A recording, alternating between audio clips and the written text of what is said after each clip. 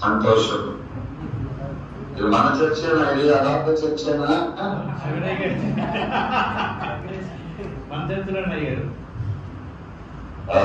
చాలా సంతోషం. మంచిది. ప్రభువునందు అత్యంత కుటుంబారా కొన్ని అగ్రహారంలో సంఘం ప్రారంభించి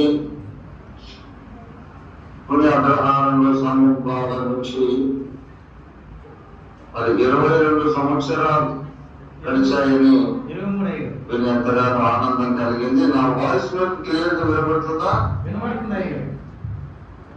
నేను కొంచెం తగ్గించాను, ఎందుకంటే రీసౌండ్ వస్తా ఉన్నది. మీరు నా సౌండ్ అక్కడ మైక్రోఫోన్ దగ్గర పెడితే మీకు అందరికి రాలేదు.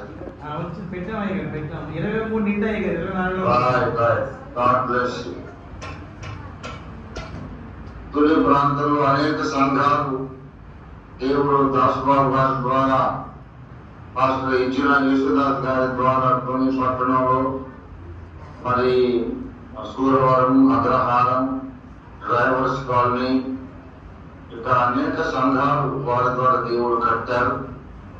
అది ఎంతో శ్రమ తీసుకొని ప్రతి ఆదివారం రిస్క్ తీసుకొని విశాఖపట్నం నుండి వరకు ప్రయాణం చేసి మళ్ళీ అర్ధరాత్రి మళ్ళీ ప్రయాణం చేసి ఇంటికి వెళ్ళి కుమారుడు, నాకు ప్రియమైన కుమారుడు మరి దాసుబాబుని బట్టి నేను గర్విస్తున్నా. చాలా ప్రయాసపడ్డాను. ఇవాళ అనేక సంఘాలు అక్కడ నిలబడ్డాయి. దేవుడికి స్తోత్రము. మరి నేను కూడా నా సేవారంభంలో ఇలాగే ప్రయాసపడ్డాను. రోజు 4 సంఘాలు నడిపించాను. పొద్దున 6 గంటల నుండి రాత్రి 12 గంటల దాకా మరి సంఘాలు నడిపించేవాడిని. ఒక్కో సంఘం మరి 10 కిలోమీటర్లు, 25 కిలోమీటర్లు, 50 కిలోమీటర్ల దూరం. అలాగే నేను రోజంతా సేవలో నుండి 4 సంఘాలు ఒక్క సండే నడిపించేవాడు, ప్రతి సండే. మరి అలాగే దాసుబాబును కూడా దేవుడు వాడుకున్నాడు. ప్రయాణాలను కూడా దేవుడు అద్భుతంగా కాపాడాడు. దేవుడిని ఎంతగానో స్తుతిస్తున్నాను. మరి చాలాసార్లు అనేవాడిని, నాయన ఇన్ని ప్రయాణాలు చేస్తున్నావు, అలా మరి జాగ్రత్త అని చాలాసార్లు హెచ్చరించేవాడిని. అలసట, ఆ అలసటను తట్టుకుని దేవుడి సేవలు ప్రేమించాడు దాసుబాబు.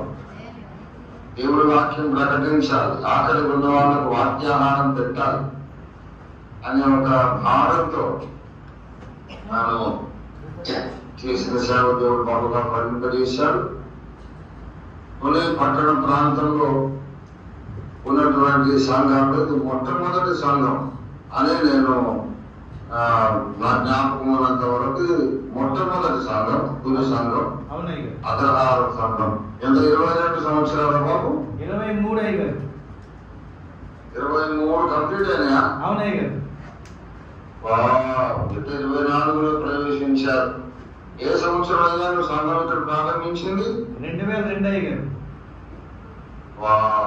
2002 అంటే ఇప్పుడు 23 సంవత్సరాలు కంప్లీట్ అయ్యి 24లో ప్రవేశించిన శుభ సందర్భంలో మరి తుని అగ్రహారం అగాపే సంపూర్ణ సువార్త సంఘ సభ్యులకు స్థాపకుడిగా మరి దాసుబాబుకు, కాపరికి అందరికీ కూడా నేను 23వ వార్షికోత్సవ శుభాకాంక్షలు తెలియజేస్తున్నాను. అద్భుతం. మరి నిజంగా నేను నా హృదయం ఇవాళ ఆనందంతో పొంగిపోతున్నది. మీకు అందరికీ దైవాశీస్సులు గారు. అక్కడ చిన్న మాట, దేవుని వాక్యాలను మనం చదువుకొని మనం నిర్ణయించుకున్నాం. దేవునికి స్తోత్రం కలుగును గాక. హల్లెలూయా, హల్లెలూయా, హల్లెలూయా. ప్రభువునందు ప్రియులారా, 23వ వార్షికోత్సవ సభ కనుక 23వ కీర్తనలకు మనం వెళ్దాము. ఒక మాట చదివేసి తర్వాత క్లుప్తంగా ధ్యానించి మనం ముగించుకున్నాం. 23వ కీర్తన 4-5 వచనాలు. గాఢాంధకారపు లోయలో నేను సంచరించినను ఏ అపాయమునకును భయపడను. నీవు నాకు తోడై ఉందువు, నీ దుడుకర్రయు నీ దండములు నన్ను ఆదరించెను. నా శత్రువుల ఎదుట నీవు నాకు భోజనము సిద్ధపరచుదువు, నూనెతో నా తల అంటి ఉన్నావు, నా గిన్నె నిండి పొరలుచున్నది. దేవుడి వాక్యమును మన వినికిడిలో ఆశీర్వదించునుగా. చిన్న మాట ప్రార్థన చేసుకుందాం. ప్రేమ కలిగిన మా మహాపరిశుద్ధ ప్రభు, జీవాధిపతి, మిక్కిన గొప్ప దేవ, సకలాశీర్వాదముల మూల కారణ భూతుడా మా యేసు స్వామి, నీకే స్తోత్రములు నాయన. తొలి అగ్రహారంలో అప్రథమంగా నీ దీనదాసుడు, నీ సేవకుడైన దాసబాబు ద్వారా సంఘమును ప్రారంభించి అనేక మంది ఆత్మలను మీరు రక్షించి రాజ్యముకు సిద్ధపరచుకుని చక్కని మందిరాన్ని కూడా కట్టించుకున్నారు. అక్కడ ఇంకా ఇరుగు పొరుగు చాలా ప్రాంతాలకు సేవ విస్తరింపజేసి అయ్యా ప్రభా, ఆ చుట్టుపక్కల తునిపట్టణం డ్రైవర్స్ గారిని ఆ ప్రభా, మరి సూరవరం, బాయికరపేట, ఇంకా అనేక ప్రాంత డ్రైవర్స్ గారు అనేక సంఘాలు కట్టడానికి మీరు కృపనిచ్చారు. మీకు స్తోత్రం. ఈ యొక్క 23వ వార్షికోత్సవ సందర్భంగా సంఘమును ఆశీర్వదించండి. తన సరిహద్దులు విశాలపరచండి. నగరంలో సంఖ్యలో అభివృద్ధి చేయండి. ఆత్మీయ అంతస్తులో అభివృద్ధి చేయండి. యేసే రక్షకుడైన లక్షల మందికి చాటించి నిరూపించి రక్షణలో నడిపిస్తూ సత్యాన్ని స్థాపిస్తూ అసత్యాన్ని ప్రకటించి నశింపజేస్తూ ఈ సంఘము లోకానికి రూపాయి వెలుగై మీరెన్నో రాబడుతున్న సేవలు కృపణాలు చేయమని ఇప్పుడు కొంచెం సేపు నాతో మాట్లాడి మమ్మల్ని బలపరిచి వెలిగించి మండించి మరుచున్న దీపాలుగా మమ్మల్ని లోకంలో బంధించమని యేసు పరిశుద్ధ నామములో స్తుతించి ప్రార్థిస్తున్నాము తండ్రి. ఆమేన్, ఆమేన్, ఆమేన్.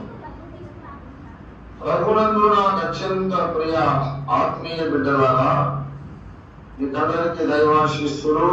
మిమ్మల్ని చూసి నేను చాలా సంతోషిస్తున్నాను. చక్కగా నేను మీతో సంఘంలో ఉన్నట్టే ఉంది. అందరి ముఖాలు చూస్తున్నాను, మీరు రైతులా చెప్తున్నారు. చాలా చాలా ఆనందంగా ఉంది. తిరిగి వచ్చినట్టే ఉంది. నాకు చాలా సంతోషం. ఆ రైతులా నేను ఆ రేపు కూర్చున్న బ్రదరు రాజేష్ సంవత్సరం గారు రైతులు నాయన చాలా చాలా సంతోషం. అమ్మ ప్రేమమ్మ రైతులు ఎంత హ్యాపీ. దేవుడు ఇంత మంచి టెక్నాలజీ ఇచ్చాడు మనకు. నేను ఇక్కడే ఉన్నాం, మీరు ఎక్కడ ఉన్నా కానీ మన అందరూ ఒక దగ్గరే ఉన్నాం. ఇదొక అద్భుతం. దేవుడి స్తోత్రం కలిగినగా. ఇలాగే మనం ప్రపంచంలో 200 దేశాలు రీచ్ రాబోతున్నాం. దేవుడి స్తోత్రం కలిగినగా. యేసయ్య చాలా గొప్ప దేవుడు. ఆయన నమ్మి వెంబడించే వాడిని ఎన్నో సిగ్గునందని దేవుడి బిడ్డలారా వచ్చిన తలముతో పంచుకొని నేను ముగించుకున్నాను. 23వ కీర్తన చాలా చిన్న కీర్తన, 6 వచనాల కీర్తన.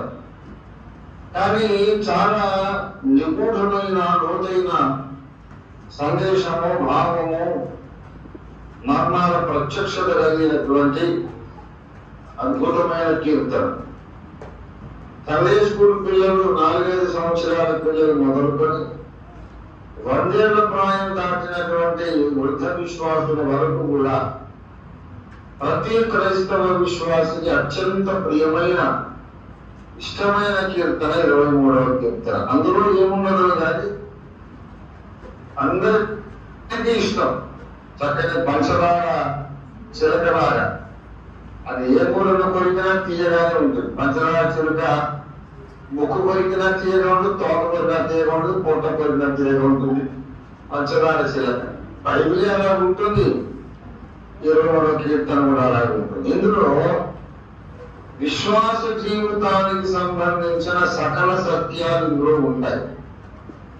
విశ్వాస జీవితానికి, క్రైస్తవ జీవితానికి సంబంధించిన సకల సత్యములు, ఉపదేశములు, సిద్ధాంతములు ఇందులో ఉంటాయి.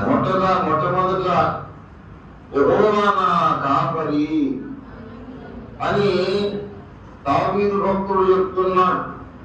యెహోవా నా కాపరి అని ఆయన చెప్పుకుంటే మన ప్రభు అయిన యేసునాథుడు చెప్పాడు, మీకు జ్ఞాపకం ఉండే ఉంటుంది.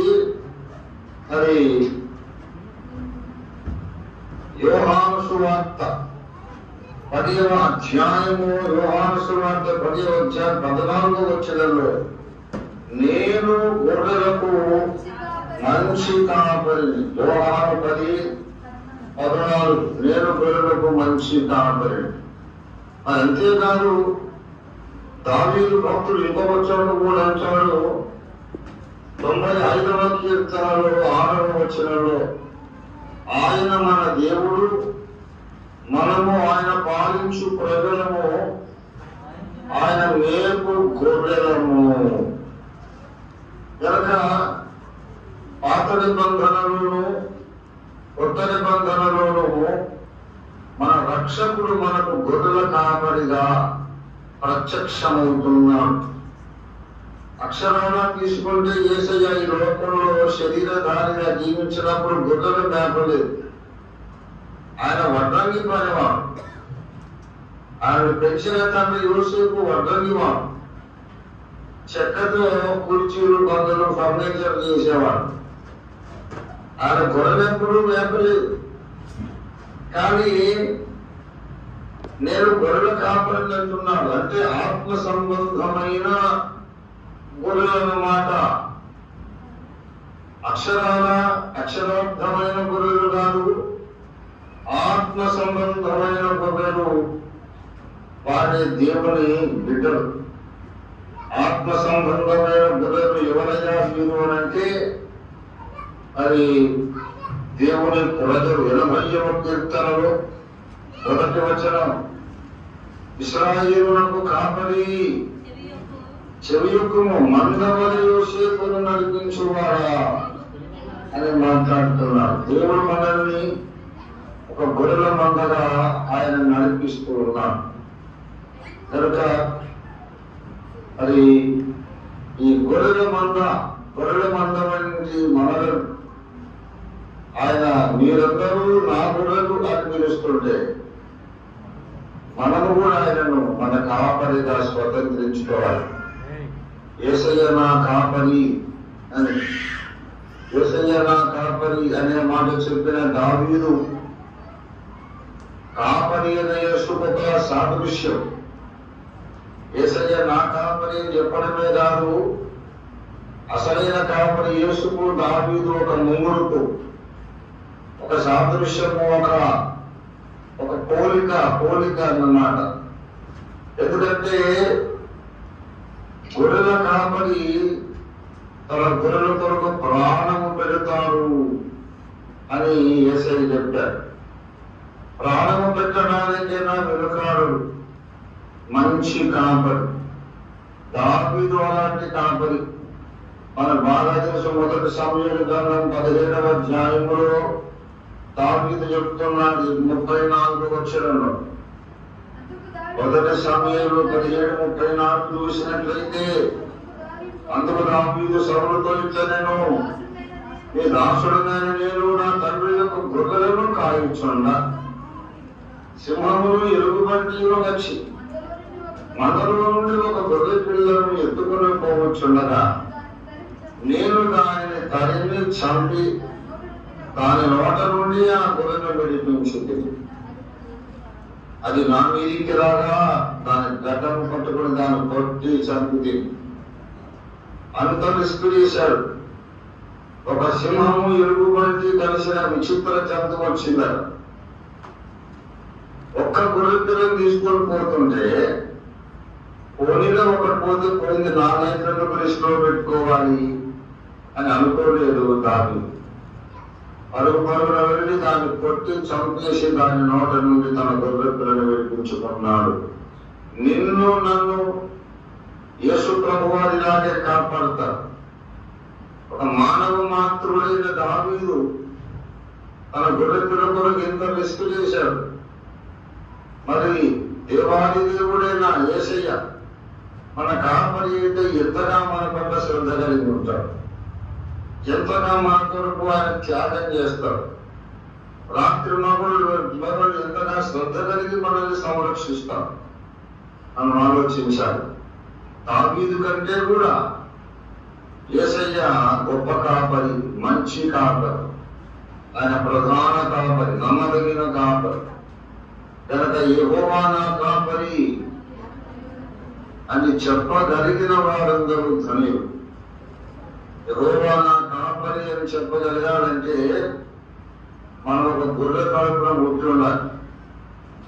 యెహోవా నా కాపరి అని చెప్పగలిగాడంటే ఒక గొర్రె కడుపున పుట్టాలి. తగ్గితే ఓన్లీలే ఇక ఎట్లా కూడా మనము గొర్రెలను కాలేదు. ఏ గొర్రె కడుపున పుట్టాలి అంటే యోహాను సువార్త 1:29 ఉన్న గొర్రె కడుపున పుట్టాలి. ఇదిగో లోక పాపములను మోసుకొని పోవు దేవుని గొర్రె పిల్ల, యజ్ఞ పురుషుడు, ఆయనే ఆది సంభూతుడు, ఆయననే వేదములు కూడా ఇదిగో గొర్రెగారు మీరు ఆది సంభూతులని మహర్షులు స్తుతించారు. ఆది సంభూతుడు గొర్రె పిల్ల అయినాడు. మొదటి యోహాను సువార్త 1వ అధ్యాయంలో ఇదే కథ ఉంది. ఆది సంభూతుడు గొర్రె పిల్ల అయ్యాడు. ఆది ఎందు వాక్యం ఉండను, వాక్యము దేవుడు ఉన్నాడు, వాక్యము దేవుడు వద్ద ఉంటాడు, సమస్తమైన మూలంగా కలిగారు, కలిగినది వాక్యము లేకుండా కలగలేదు. 14వ వచనంలో ఆ వాక్యమే శరీరధారి ఆయన.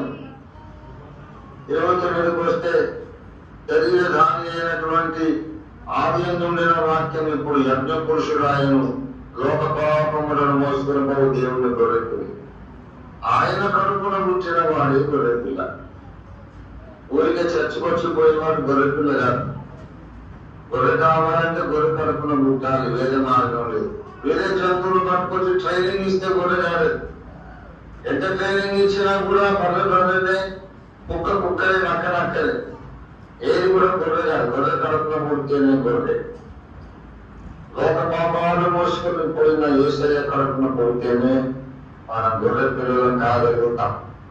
మనలో ఎవరైతే ఆ సాక్ష్యం కలిగి ఉన్నారు, నీటి మూలంగా, ఆత్మ మూలంగా సువార్త విశ్వసించి మారు మనసు పొంది పశ్చాత్తాపడి బాప్తిస్మ జనాల్లో దేవునికి విధేయులై దేవుని ఇంట్లో మరలా జన్మించిన అనుభవం ఎవరికైతే ఉన్నారో వాళ్ళందరూ ధన్యులు. మనందరం అదృష్టవంతులు. ఎవరికైనా ఇంకా రక్షణ అనుభవం, నూతన జన్మానుభవం లేకపోతే ఈ రోజు మీరు మారు మనసు పొంది యేసుక్రీస్తుని మీ హృదయంలోనికి రమ్మని పిలిచి ఆహ్వానించి సువార్తను పశ్చాత్తాపడి మారు మనస్సు పొంది నీటిలో బాప్తిస్మం పొంది దేవునికి విధేయులై దేవుని గొర్రె పిల్లలు కావాలని మిమ్మల్ని ఆహ్వానిస్తున్నాను. ఎందుకంటే అతి త్వరలోనే ఈ సింహము ఎరుగుబంటు కలిసినటువంటి జంతువు భూమి మీదికి రాబోతుంది. ఈ సింహము ఎరుగుబంటు కలిసిన జంతువు రాబోతుంది. దాన్ని మనము ప్రకటన గ్రంథం 13వ అధ్యాయంలో చూడగలుగుతాం. ప్రకటన గ్రంథం 13వ అధ్యాయం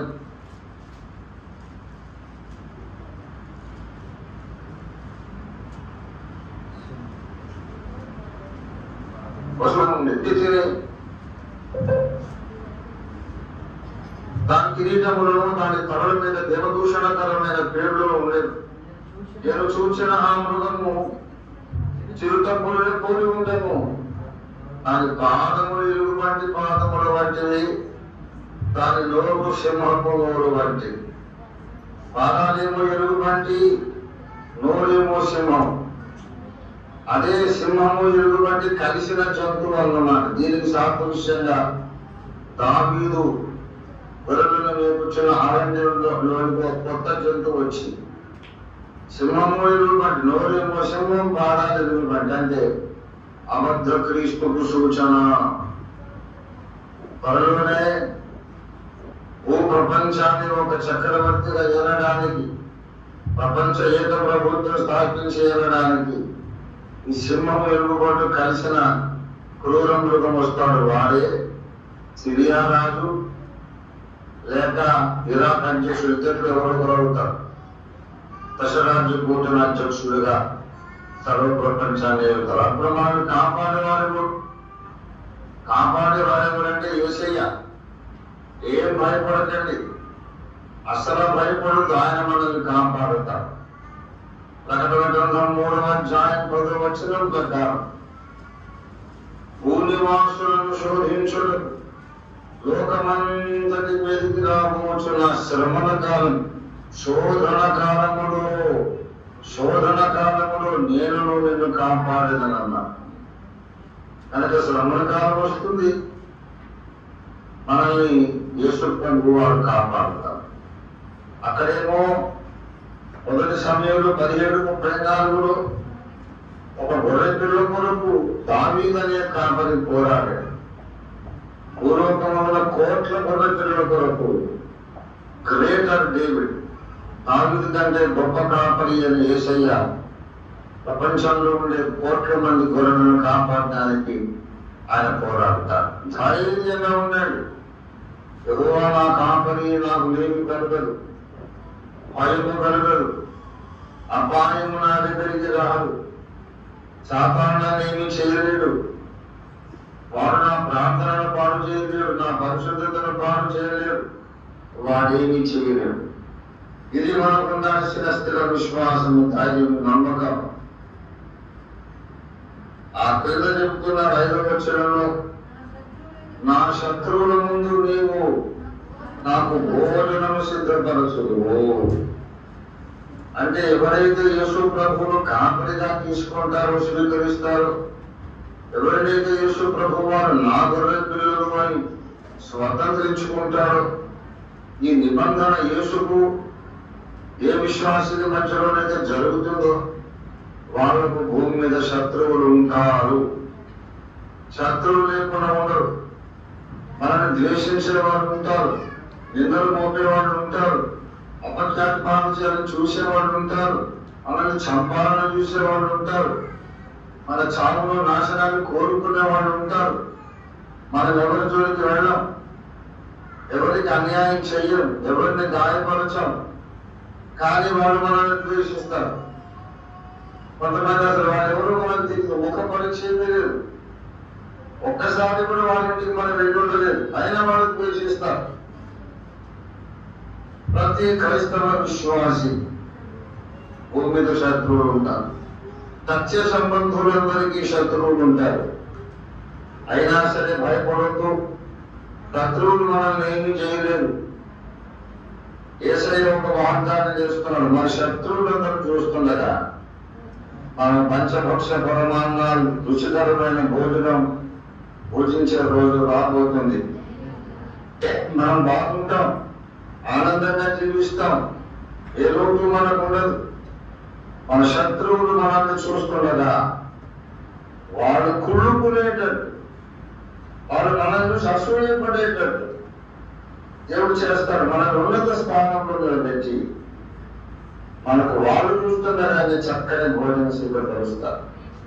వాళ్ళు మనల్ని చంపుదాం అనుకుంటారు, వాళ్ళు మనం పాడు చేద్దాం అనుకుంటారు, నాశనం చేద్దాం అనుకుంటారు, అవమాన పాలు చేద్దాం అనుకుంటారు, సమాజంలో తలెత్తుకోలేకుండా చేయాలనుకుంటారు.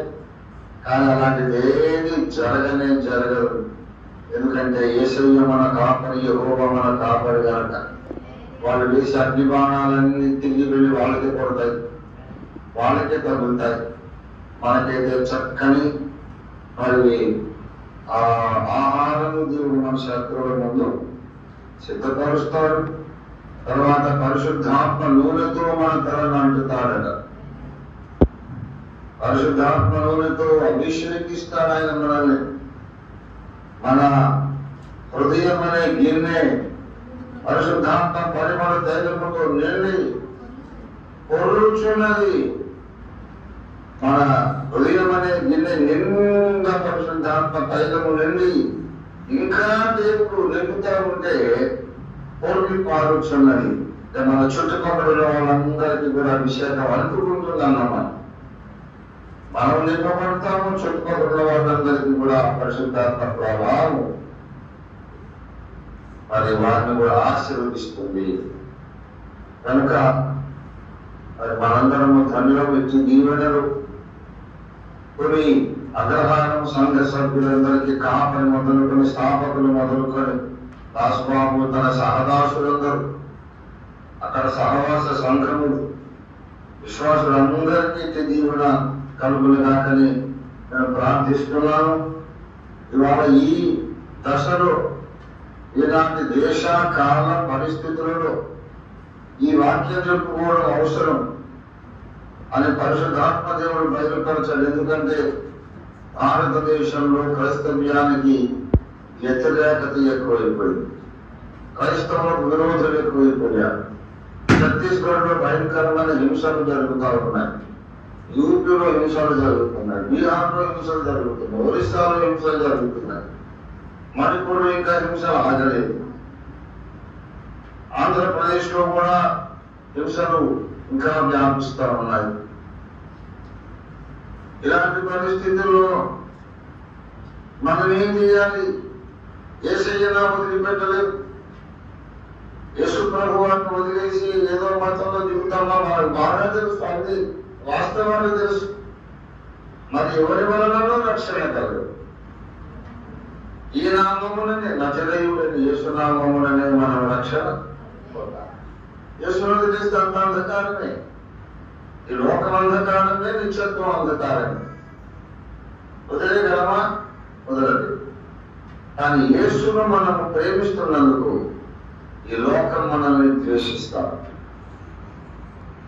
ఈ లోకంలో అధికారులు మనల్ని ద్వేషిస్తున్నారు. మనం ఏం చెయ్యాలి? యేసయ్య రెక్కల నీడలో శరణులు వచ్చాలి. ఆయన మీద మనం విశ్వాసం కలిగి ఉండాలి, ఆయన మీద ఆధారపడాలి. రక్షణ కోసం మాత్రమే కాదు, అనుదిన కాపుదల కొరకు కూడా యేసయ్య నమ్మకత్వాన్ని, ఆయన సామర్థ్యాన్ని మనం ఆశ్రయించి, ఆయన శక్తిని ఆశ్రయించి ధైర్యంగా ముందుకెళ్ళాలి. మరి సువార్త కూడా చాలా నైపుణ్యంతో చాకచక్యంగా చాటించాలి. ఉంగమూరి దేవదాసయ్య గారు చెప్పినట్టుగా ఏ వ్యక్తిని కానీ, ఏ మతములు కానీ, డినామినేషన్లు కానీ దూషించరాను, ద్వేషించరాదు. వివాదాస్పదమైన వ్యాఖ్యలు చేయకుండా చక్కగా మనము నేరుగా ముక్కుసూటిగా దేవుని వాక్యాన్ని మనం మరి చాటించాలి. సమయమందు అసమయమందును చాటించాలి. యేసయ్య గొర్రె పిల్లలు ఇంకా అనేక మంది కూడా ఆయన గర్భాల నూతన జన్మలెత్తి గొర్రె పిల్లలుగా మారి దేవుడి రాజ్యంలోకి రావాలనే ప్రయత్నమే సువార్త. సువార్త నువ్వు చెప్తాము మతంలో తిప్పడానికి కాదు, వాడు బాగుండాలని. మందిరాలు కూడా కట్టుకోండి, ప్రతి ఆటంకమును అధిగమించి, ప్రతి సమస్యను జయించి ఇవాళ 23వ వార్షికోత్సవం జరుపుకునే కృపా భాగ్యం ఇచ్చామని స్తోత్రం చెల్లిస్తున్నాం. సహకరించిన విశ్వాసులను, సంఘములు, కాపరులను, సహకాపరులను అందరినీ ఆశీర్వదించండి.